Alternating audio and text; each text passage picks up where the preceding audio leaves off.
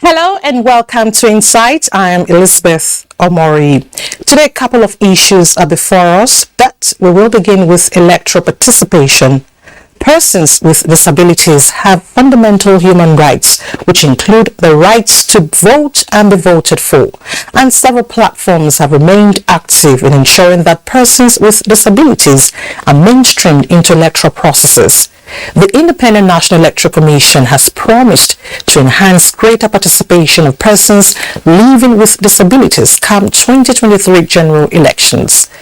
Meanwhile, the disability community in Nigeria is still faced with some challenges that could disenfranchise them. That is on our plate this week. Now, millions of children around the globe face different forms of exploitations, including trafficking and child labor. The risk to children is increasing due to the combined effects of pandemic-related school closures and economic distress. Trafficking in persons is found in every country. Perpetrators who engage in these criminal activities target the impoverished.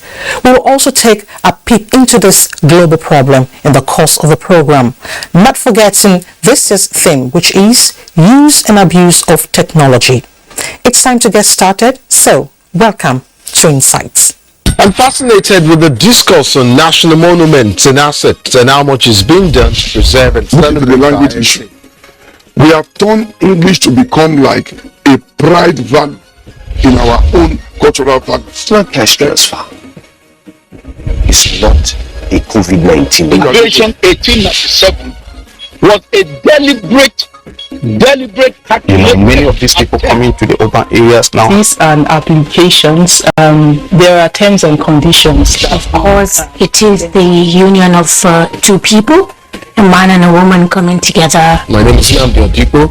And I'm Elizabeth Omori.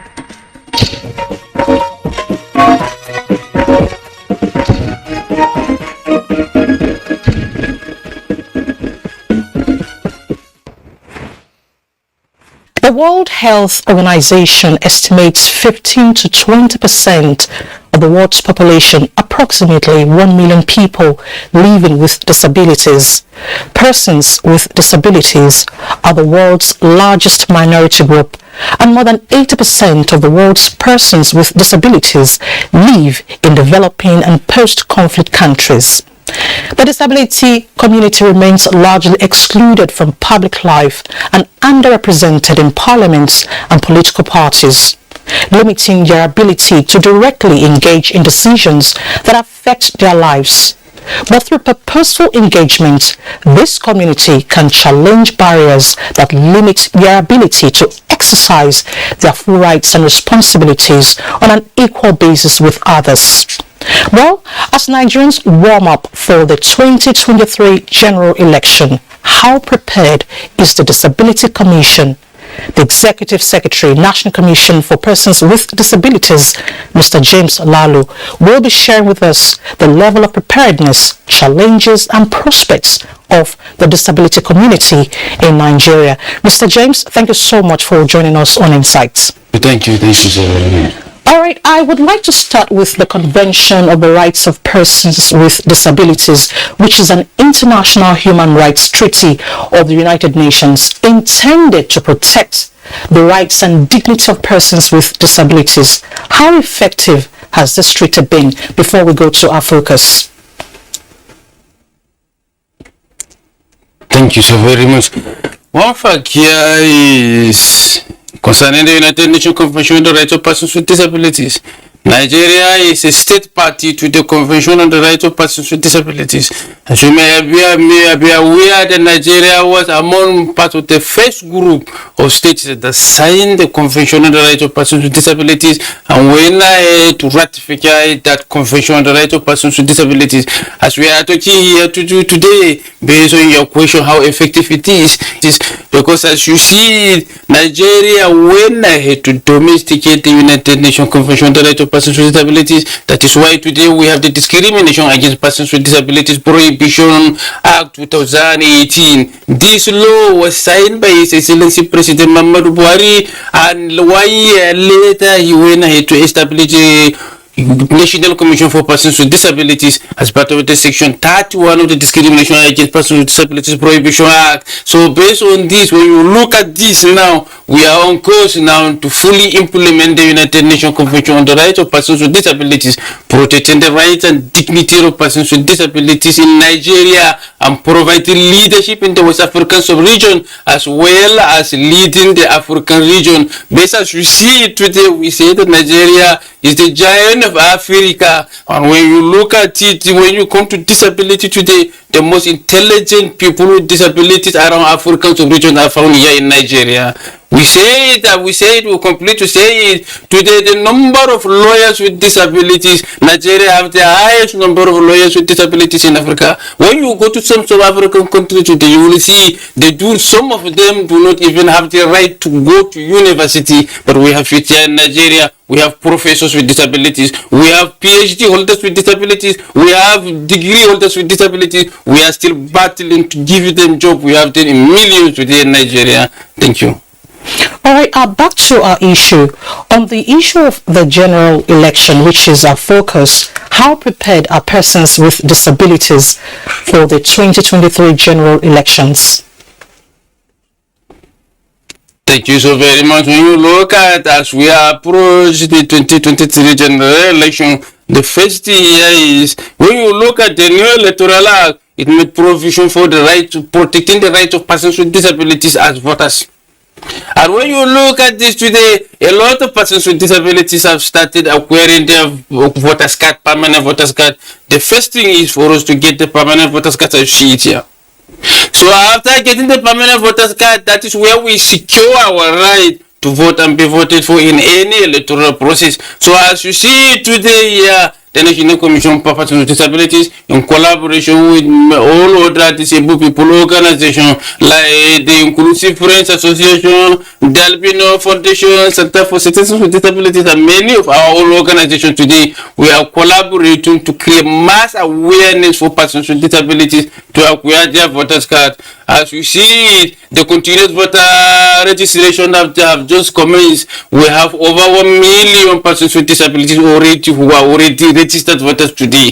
And this is just for those that have registered recently. Then those that already registered voters for many years, they are like me today. My voters card I have not acquired just recently. I have acquired my voters card for many years. So there are a lot of persons with disabilities today who are voters. We have the strength, we have the population, the number of persons with disabilities today, as you rightly say, 15% of the population today in Nigeria. We are over 32.5 million persons with disabilities in Nigeria today. So we have the strength, the power, and the authority to decide who become the president of the Federal Republic of Nigeria.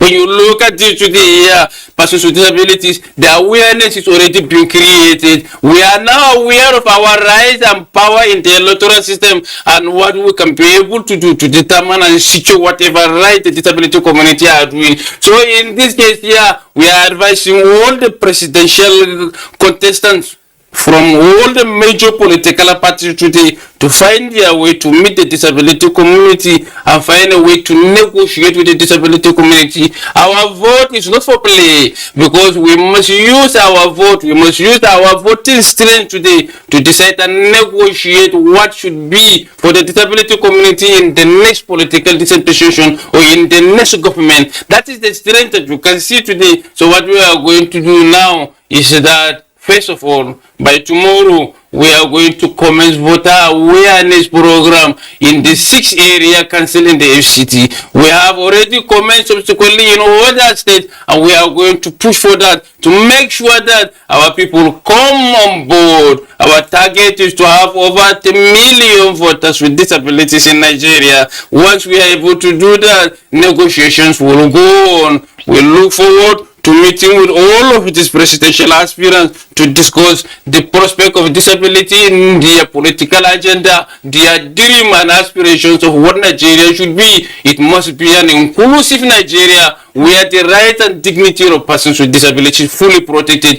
His Excellency President Muhammadu Buhari has done his best by signing the Discrimination Against Persons with Disability Prohibition Act today in Nigeria and going ahead to establish a National Commission for Persons with Disabilities. We want to negotiate with the next presidents how many slots for ministerial positions are going to be provided to the disability community.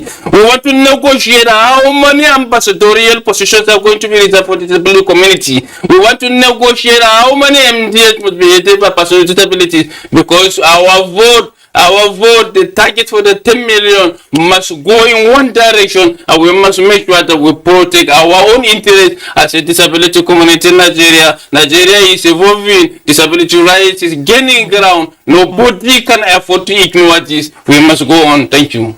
There are indications that some persons with disabilities may not fully participate in the 2023 general elections because most of them do not have their PVCs. So what will the Commission be doing? What steps will the Commission be taking to act on this? We have millions that have already enrolled many years ago already. As I repeat, I am here, you see my cat here, my cat is here with me here. I have not registered just recently. It has been there with me because I have already been participating in the political process, so we create matter awareness for our people to be part of the system. What the Commission is doing now, as I can tell you, we must commend the effort of the National Chairman of the Independent Electoral Commission, Professor Mahmoud, who is doing everything possible to protect the rights of persons with disabilities in this process. Today, as provision of our law, it makes it clear, once in any queue, line for any other thing here in Nigeria, persons with disabilities must be given the highest priority. So now our people, as we see, many other state independent electoral commissioners, resident electoral commissioners in different states are doing this to provide opportunities for persons with disabilities. They have been doing that in Lagos. We see it happening in Plateau. There is another thing happening in Kano, and different other states are already happening. We are in talk with some of the resident electoral commissioners to make sure that they provide opportunities for the disability community. We offer to provide financial support wherever it is necessary so that we can be able to do that. As a national project, we are launching that tomorrow, and we are going to take the whole 1 week here. The INEC have already, the FCT, Resident Electoral Commissioner, have already dedicated specific machines and staff who are expected to be spread over the six area councils in the city to provide this opportunity for our people. As I said, and I will repeat it, our number of voters is increasing, and it is time for every political official seekers to come and negotiate with us to find a way so that we can be able to find a way for a better Nigeria. Interesting. All right, Mr. James, another very critical question is the issue of inclusivity for women. What is the Commission doing specially for women to have inclusion in governance? Thank you so very much. When you look at our women, especially women with disabilities, they are facing what we call double layers of discrimination in the society today.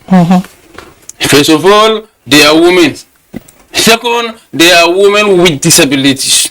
The burden of disability today is increasing, and we are seeing what is happening today in the society. As a National Commission for Persons with Disabilities, to respect the right and dignity of our women with disabilities, we have established a women and gender unit which is handling the women with disabilities issues. We are also in collaboration with the Ministry for Women Affairs and Social Development and all other women rights groups, especially our Disability Rights Advocacy Center, who are working. We have women with disabilities again who have their own different NGOs. We are providing the necessary support for them to see what we can be able to do to protect the rights of women with disabilities. We have also, in a part of our program, we have provided a health insurance program to protect their rights in that area. Again, we are in talks with the Federal Ministry for Health, especially the Permanent Secretary, who happen to be a very, very nice and understandable man who is very, very willing all the time to protect the rights of women with disabilities in the health sector. We are doing everything possible to promote their rights, and together we are dealing with that. Our partnership with the Nigerian police today is helping us to curb discrimination against gender-based violence against women with disabilities. The Inspector General of Police has established disability desk offices in the 36 states of the Federation. We are working with them right now. We have a lot of complex coming up because we have developed an application in your Android phone. When you look into the Android phone, you can find our application NCPW. Once you get that, you download that. There are windows in that application that you can be able to report discrimination against the rights of persons with disabilities anywhere. It provides an opportunity for you to snap picture, record video, and send us evidences where we can be able to collaborate with the Nigerian police to link up with a immediate police station in that area to see how we can be able to investigate that matter and deal with it. We are having a lot of problems at the present. We have a younger brother to a blind person in Abuja State who went ahead to kill his own brother because he is blind, just because of dispute on land. We have a problem in Kaduna here and other states. Some of the states involve a speaker of the State House of Assembly discriminating against the right of persons with disabilities. We are making the proper approach to that to make sure that we deal with this type of situation to bring it to an end. We are collaborating with all security and para-security agencies. Our partnership with the Nigerian Civil Defense will commence very, very soon so that we can be able to cope this and deal with the situation. Once we start sending people to court, once we start dealing with this type of situation, we are going to manage the problems. Domestic gender-based domestic violence against women with disabilities must stop in Nigeria. Yes. Thank you. Very good. Now, back to the issue of women. I have to dwell on this issue probably because I'm a woman. I was opportune to be invited to a program on primary healthcare for women. We understand that we do not really have disability desks in our hospitals to help women. Now, some of them come in for antenatal care. What efforts would the Commission be making to ensure that we have desks in our hospitals, especially primary health care centers? Thank you so very much. You may be aware that we have started this type of partnership with the National Hospital in Abuja here. Okay. As I said earlier, we have provided a health insurance program for about 500 persons with disabilities right now. The Commission is just kicking up. We are just trying to mobilize funds at the moment so that the budgetary allocation for the Commission can be more expandable so that we can be able to approach these issues far more better. Additionally, if you get it clearly, just recently we have employed sign language interpreters, and the next batch of it, we are going to employ almost 100 of these sign language interpreters very soon. We thank the head of service of the Federation for her magnanimity and love for the disability community, which is always very much ready to provide us all the necessary support we need as an institution to enable us grow, to provide the necessary services for the disability community. So these sign language interpreters, some of them have been deployed to some of these hospitals at the moment. Any person with disability or a deaf person who is visiting a medical doctor can make a direct request to us through our email or through our phone line or through our application. We have a window to make that request, and we are going to send an interpreter to the hospital at no cost to the person with a disability whatsoever. So in this case, on the issue of accessibility, we are dealing with that in a fundamental way, because when you look at accessibility, the law makes provision to deal with accessibility issues, and it involves by a 5-year moratorium, a period where we have to make sure that we create the necessary awareness to educate the entire society before we start enforcing the section of the act and dealing and fining people. So in this case here, the 5 years is almost rounding up. This is an opportunity to educate everybody to understand that the 5 years is almost rounding up, and by January 2024, the 5 year will be closed. Once the 5 year is closed, your house, your building, your hospital, whatever business area you have to make sure that you make the necessary adjustment. As an institution, we have gone ahead to produce an accessibility minimum standard document for Nigeria, which is about 220 something pages of paper. We are now working with relevant approving authority to be sure that we are getting necessary approval for this document. We will print it and make it available everywhere. Our hotel owners, we hear this today, that every step in every entrance, it is discriminating against the right of persons with disability to have a free access. Whether you have school, whether you have everywhere, you have to make sure that you make the necessary adjustment in that environment. We are going to provide this document so that this document have a specific measurement, specific standard for every accessibility facility. So once we do that, we provide the document. We are waiting for the 5 year to ram up. We will create the necessary awareness within our ability. Once that one is round up, then we will begin to find people.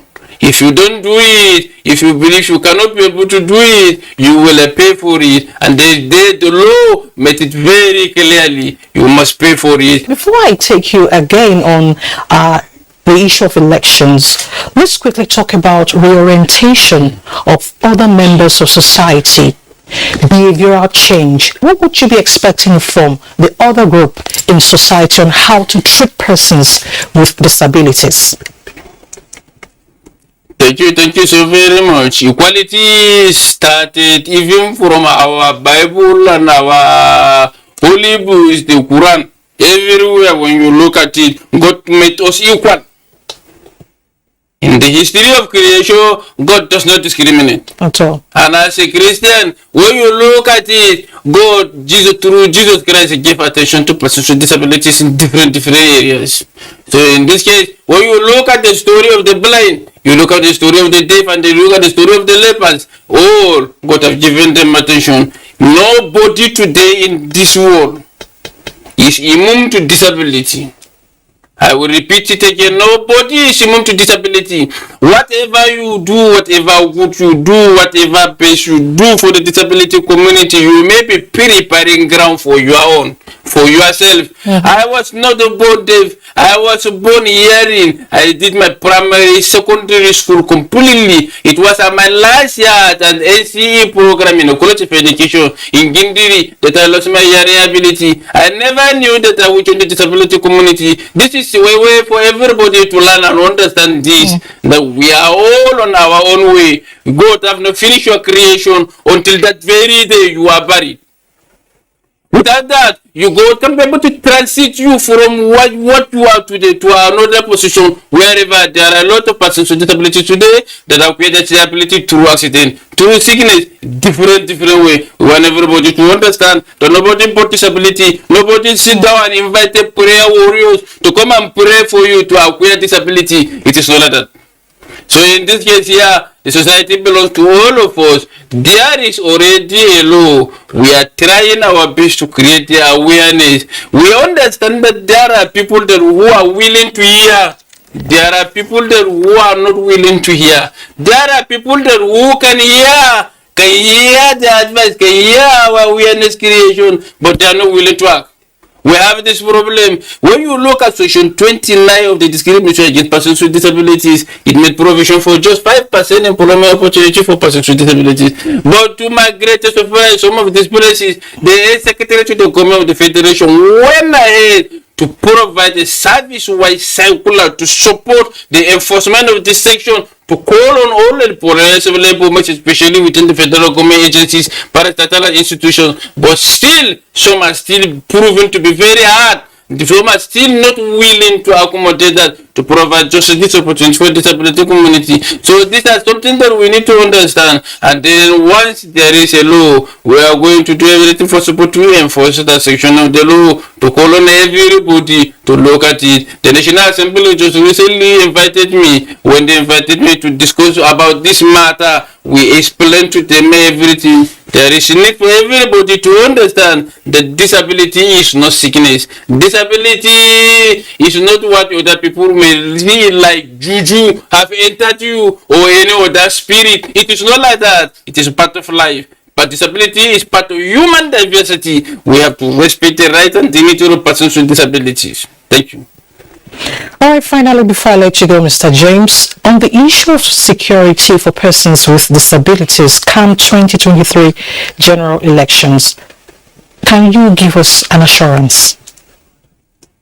There is assurance of security, and we are going to go ahead to train the security agencies on how to handle persons with disabilities in crowd and in whatever situation. These voters, these people, the ad hoc staffs that are going to go there, INEC has given of heavy assurances that they are going to maintain that 5 to 10% of the engagement of the disability community. So once that is done, the disability community will be there as INEC staff who are going to protect their own people. The security agencies will be properly trained. All the other staff will be properly trained so that the first batch of people to do their vote are expected to be persons with disabilities. Our people cannot afford to remain there until 6, 7, 8 p.m. during voting time. We will do our vote at under the sun so that everybody will see us. After finishing, we go. We must do and train all security agencies to provide the necessary support for the disability community in that area. Thank you. Mr. James Lalu, Executive Secretary, National Commission for Persons with Disabilities, thank you so much for coming on Insight. Thank you so very much. Thank you very much. Trafficking and migrant smuggling are global and widespread crimes that use men, women and children for profit. The organized networks or individuals behind these lucrative crimes take advantage of people who are vulnerable, desperate or simply seeking a better life. UNODC strives for the eradication of these crimes through the dismantling of criminal enterprises that trade in people and the conviction of the main perpetrators. In 2018, about 50,000 victims were detected and reported by 148 countries. 50% of detected victims were trafficked for sexual exploitation, 38% were exploited for forced labor, and female victims continue to be the primary targets. As a global phenomenon, Nigeria is not excluded. How do we put an end to this crime against humanity? My guest, Abdulganiyu Abubakar, President, Network Against Child Trafficking, will provide insight. Mr. Ganiyu, thank you so much for joining us on Insight. Thank you for having me. Well, as a critical actor in this fight, human trafficking is a global problem. Are we winning the war against this menace? Thank you. We are making tremendous progress, but we are not yet there. Okay. So I believe we are not winning yet. So much needs to be done. Why are we not there yet? Thank you. Trafficking in persons is one of the transnational organized crime and one of the fastest growing criminal industries in the world, where the cartel controls a lot of resources. It is transnational in nature in the sense that it happens between countries. So it is not just a crime that is specific to one country or entity. Virtually all countries of the world are affected in one way or the other, either as a source, transit or destination country. So this makes the response very complex, and then of course it requires all stakeholders to drive a multi-sectoral approach and intervention to respond to this crime. Let's talk about this year's theme, use and abuse of technology. Trafficking in persons continue to evolve as a dynamic industry. The traffickers themselves are people who are intelligent. They have very strong networks globally, and then gradually they are also devising means to further exploit young men and women from across the world. So of course, with the advent of COVID-19, there were restrictions in movement. At a point, the whole world was at a standstill. But then, as intelligent as the traffickers are, they eventually devised new means of exploiting young men and women using these various social media platforms, luring them with opportunities, with white-collar opportunities that, of course, are not there, making our young people believe the grass is greener at the other end. So even while the lockdown for COVID-19 lasted, a lot of young men and women were exploited and trafficked in and out of Nigeria through the porous border communities. It will interest you to know that a lot of the states in the northern part of Nigeria that have porous border communities, entry and exit points between Nigeria, Niger Republic, Benin Republic, and other West African countries were never locked down.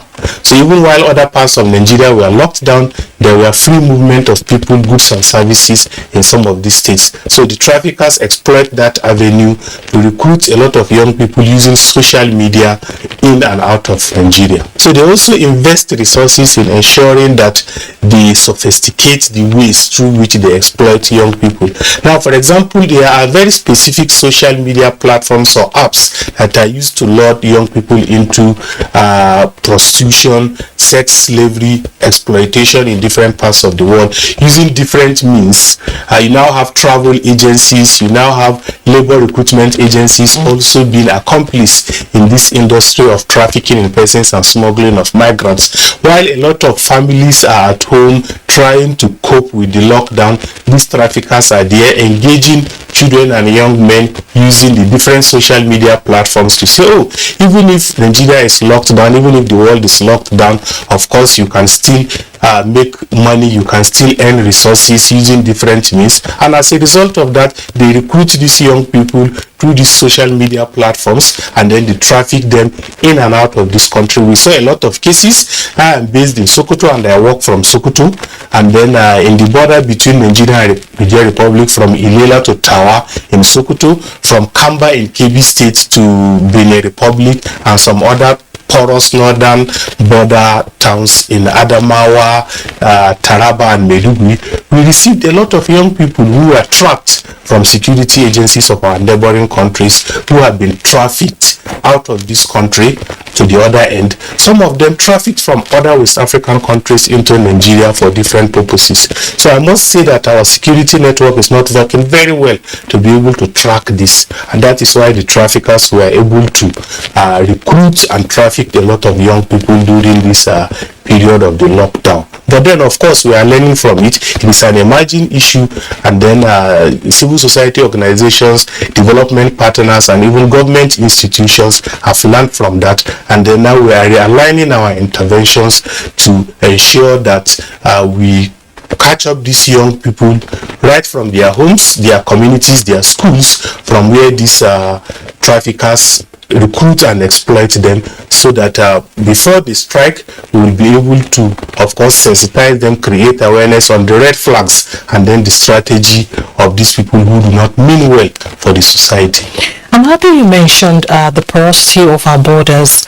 Are there efforts to be taken to strengthen security at the borders? Because, of course, there will be trade facilitation, and most times these traffickers, perpetrators, they come under the guise of trade. Most times people walk into another country with their legs, not even with vehicles.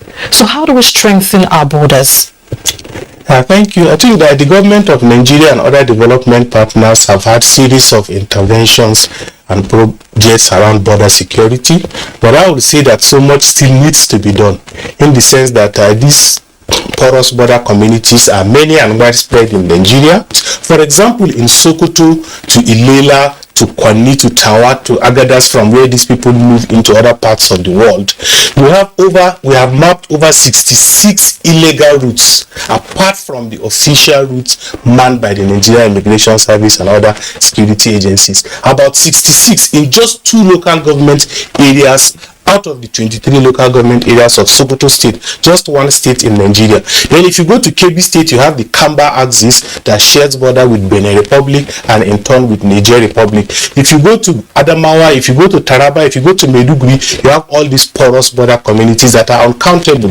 We are still mapping and still counting. And in these porous border communities, there are no security agencies. Even in demand border communities, like you said, we still have motorists, like in Ilela, for example, they charge, apart from the official transport fare, people move barefooted across the borders from Nigeria into Niger Republic. Intermarriages, there is free movement of people, goods and services along our border communities without check.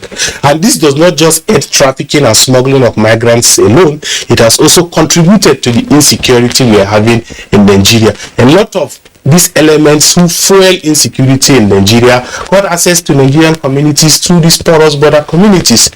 So there has been, of course, interventions by development partners, notably the International Organization on Migration, to support what we call border surveillance.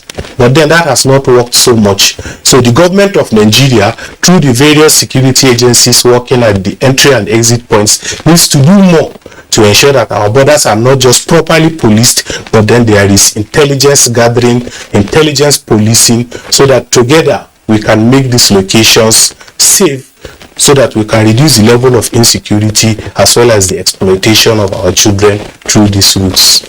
Well, it's quite unfortunate that whenever we talk about crimes, there's always the family factor. But with the global economic realities, do we see this menace ending soon? Because people use enticing means to promote trafficking, and unsuspecting families are prey. We need to do a lot of work to further study the patterns and the emerging trends. But as God will have it, the Nigerian response is also dynamic. It is changing. We are improving with the new leadership in the National Agency for the Prohibition of Trafficking Persons, National Commission for Refugees, Migrants and Internally Displaced Persons, and other government ministries, departments and agencies with anti-human trafficking mandates, with our growing number of international development partners with robust interventions, and then the activities of civil society organizations spread across Nigeria. I think the level of awareness is increasing. Young people are being engaged more to understand these red flags, to understand that the grass is not greener over there as it is being speculated, and then also to make these young people gainfully employed and engaged in Nigeria so that they will not be enticed to go out. Most of the young people we have come across, men and women, boys and girls in other parts of the West Africa or Africa, even the world, who are trafficked out, we are lured in the name of gainful employment. So when you go out there, if you are paid 1,000 naira for your skills here in a day, you will get equivalent of 5 or 10,000 naira when you go out. Now, of course, upon hearing this, our young people who are vulnerable, they will be very willing to move. All these are factors that motivate our young people to be willing to move. And by so doing, they fall into the hands of these traffickers who use them not just for sexual exploitation, labor purposes these days. Now, organ trafficking has come in. A lot of young people are trafficked and their organs are harvested and sold at very exorbitant rates at the black market, at the organ markets, and then these young people are left to die of complications arising from all these practices. So I think the government of Nigeria, the international development partners, the civil society organizations, and even the media needs to do more to take this awareness and sensitization to the grassroots communities, and then of course also strengthen intelligence gathering and then improve on prosecution of these offenders. There are high profile cases of trafficking, smuggling that are left unprosecuted. But then I think that the present administration of NAPTIP is also focusing on prosecuting high profile cases of trafficking in persons. So I think with this, I believe the Nigerian intervention will improve, and then gradually we will get to the desired destination. Okay, before I take you on the issue of prosecution, I need you to talk more on the role of the family, because we're celebrating the week, we're creating awareness this week on the dangers of this menace. Some families will still sponsor these children out. Some families are aware, but the family is in support of him going out, even at age 16. What does this portend for our younger generation? Certainly, you are very right. In our Nigerian communities today, that social safety nets that often provide protection for our children and young people have been broken for a very long time. So it is no longer the era where a child belongs to everyone. And then I agree with you that the family contributes a lot. In the last 17 years, I have worked actively in this space across Nigeria, the West African sub-region, and Africa as a whole. And most of the young men and women who have been trafficked out of this country that we had the opportunity of interacting with and even returning, rehabilitating and supporting have the hands of their families. Their families are very much aware of what they were going out there to do. We've had instances where we return some young girls and the parents will say, oh, this is bad luck for us. I've had a father who told me, what is your business if I have 12 children and I send 2 out? Even if they die, I have 10 more and I can still produce more. A father telling me this. We've had instances where families contribute, where community leaders are the ones responsible for recruiting children, asking families to contribute into basket of funds to be able to support these children to be trafficked out of this country. And then when they go out of this country, like I said, the grass is not always greener. We have also had the opportunity of following these routes from Nigeria to a lot of West African countries, North Africa, and even the routes they follow to other parts of Europe. A lot of these, our young girls and boys, end up in these West African countries on transit. And do you know who their clients are? Okada riders. Some of these Okada riders will have the wheelbarrow pushers, the manual laborers. These are their clients in the various brothels where they end up. So the deceit is there. The grass is not always greener, but then the family has a role to play, and that is why in our awareness as civil society organizations, in the various sensitization and awareness and engagements program by the government of Nigeria through NAPTIP and other international development partners, we are targeting the families, we are targeting religious and community leaders to add their voice to this response to trafficking in persons. Every family should know that they have the responsibility to provide care for their children. The family is the first level of socialization.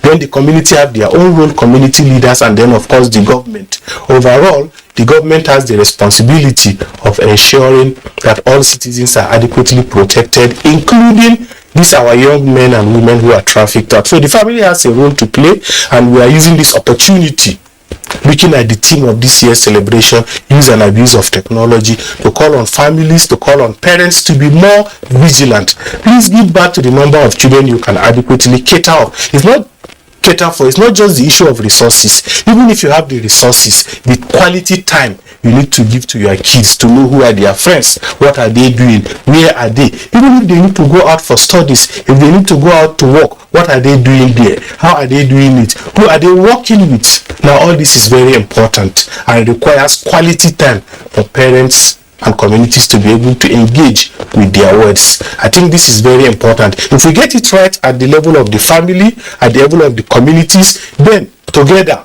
we will continue to engage the state actors to ensure that they play their role. Interesting. Now, to the issue of prosecution, for any parents,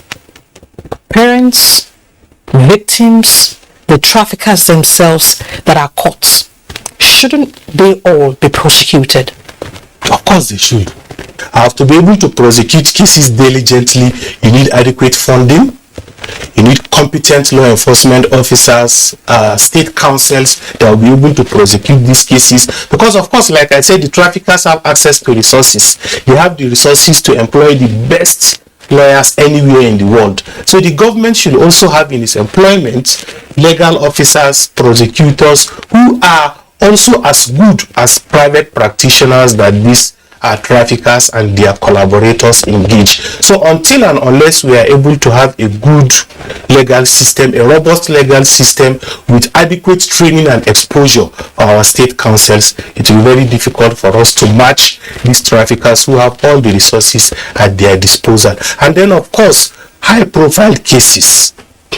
The President Director General of NAPTIP made this as part of our priority to ensure that high profile cases of trafficking are adequately prosecuted, and I think she is working very well, because the number of prosecution is increasing now, and then NAPTIP is becoming more diligent in prosecuting cases of trafficking in persons across Nigeria. If you go to, so far from January to June this year, they recorded over 28 case prosecution of cases of human trafficking, and so many more in the pipeline. And I think the various zonal and state commands are also doing well in terms of improving networking and collaboration among different security agencies and community stakeholders to ensure that these traffickers are apprehended before they move out with these victims out of Nigeria. And even where they succeed in doing so, with collaboration between Nigeria security agencies and others from other countries, they are apprehended and brought to justice. The issue of integration is another aspect of this menace. You know, when victims are rescued, NIDCOM swings into action, NAPTIP swings into action, and other non-governmental organizations on trafficking, they all swing into action to help the victims. What's the level of integration like to sustain the lives of these victims? Because some can't even go back home, some have lost everything they had. Exactly. Now, I think from the civil society perspective, for us, we have a very robust program, an all-inclusive program that has 8 steps. We have what we call the standard, which of course NAPTIP representing the federal government of Nigeria has also put in place policies and procedures to provide holistic support for victims of trafficking and other related crimes. Now, for civil society organizations, we have a robust program that begins from quality identification, providing protection and support for these victims until they are reintegrated back into their communities and families. And then we also continue with economic or educational support for them, following up with monitoring to ensure that they are doing well. And then we also have a program of alternative care. Before any child or young person is reintegrated back into the family or community, as civil society organizations, we do what we call family tracing. We interface with the family to be sure that, first of all, the family is not a collaborator, and then of course the home front is also conducive for this person to return. In the event that the home front is not conducive, from our interaction and from the assessment of the family, we do what we call alternative placement. Now, this alternative placement could be in shelters, which could be short-term or long-term shelters. It could be with foster families. It could be with some role model mothers or caregivers that we have worked with and supported over a period of time, who are also credible and known to the communities. So there are different approaches, both on the side of the civil society organizations, the government partners, and then the international development partners, to ensure that survivors are not just identified and returned home, but they are adequately protected and empowered, including psychosocial support and trauma management. Now, it's the week of awareness. We're creating awareness on the dangers of this menace, this crime. What would be your words to parents, government, traffickers themselves, and those warming up to go the legal way? Thank you. And let me start with the traffickers. Trafficking in persons is a crime against humanity, it's a crime against the states, and then the federal government of Nigeria, working with NAPTIP and other development partners, are doing everything humanly possible to ensure that trafficking is eradicated. So stiffer penalties await those who are venturing or have already ventured into this industry. So we call on them to desist from this criminal act against humanity. Then to parents, it is important that we revisit our parenting strategies. In the 21st century, our children are more enlightened. They have access to social media. They have access to all sorts of devices that expose them to the world. So as parents, we should also go a step ahead of them to ensure that we improve our parenting skills such a way that we will give adequate care and protection to our children. The family is always the first level of socialization.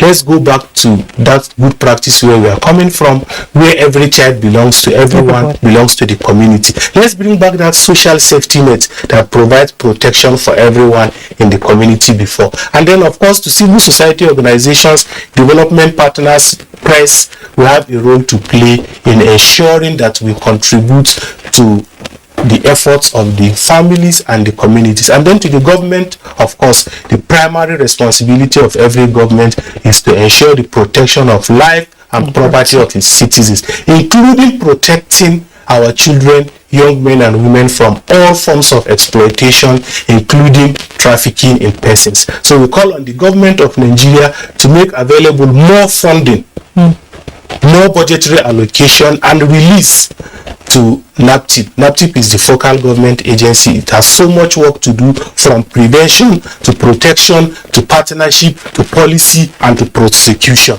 It is a huge task, and then we encourage the government and the National Assembly to make available resources and ensure that such resources are adequately and timely released for us to prosecute this intervention. Mr. Abdulganiyu Abubakar, I want to thank you so much for coming on Insight. Thank you for your thoughts. Thank you for having me. Thank you very much. Viewers. And that's Insight this week. Thank you so much for your time. Remember to remain patriotic, be nice, and be your brother's keeper. We'll see you next week. Bye for now.